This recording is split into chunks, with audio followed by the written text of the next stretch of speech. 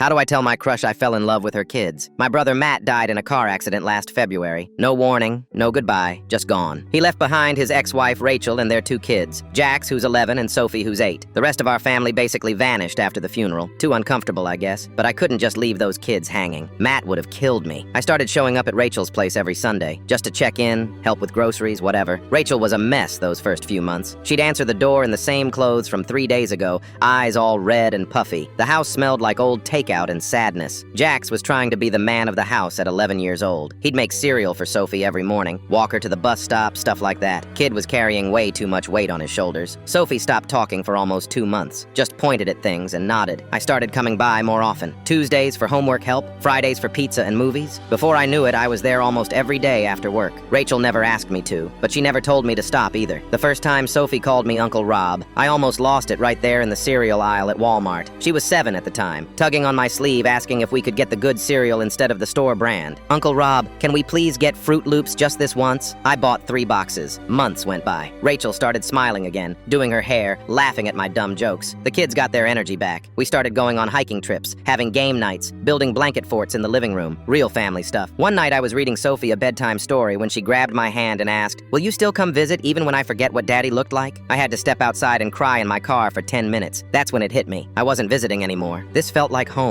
These felt like my kids. And Rachel? I was head over heels for her and didn't even realize it until that moment. But how do you tell someone you're in love with them when you started as the grieving brother-in-law who just wanted to help? How do you explain that somewhere between teaching Jax to throw a football and braiding Sophie's hair for school pictures, you fell for all 3 of them? Last week, Jax slipped up and called me Dad while we were fixing his bike chain. He turned bright red and started apologizing. I just hugged him and told him it was okay, because honestly, it felt right. Rachel was standing in the doorway watching us. She had this look on her face I couldn't read. Later that night, after the kids went to bed, she asked if I wanted some coffee. We sat on her back porch talking about everything and nothing until 2 in the morning. She told me Matt used to say I'd make a good dad someday, that I had the patience for it. Then she got quiet and said she never expected that to happen like this. I almost told her right then. Almost said I love you and your kids more than I ever thought possible, that I dream about Saturday mornings and Christmas trees and teaching Sophie to drive in 6 years.